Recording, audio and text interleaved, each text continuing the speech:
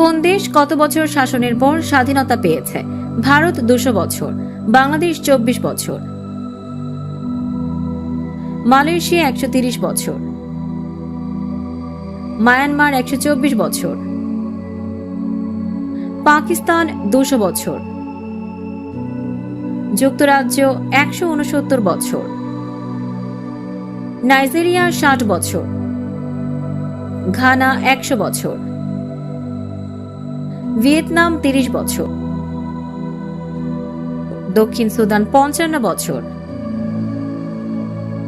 Algeria 132 বছর, Philippine 84 বছর, Indonesia 354 বছর,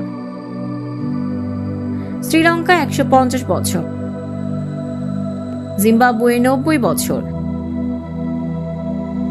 কেনিয়া 68 বছর, অস্ট্রেলিয়া 146 বছর।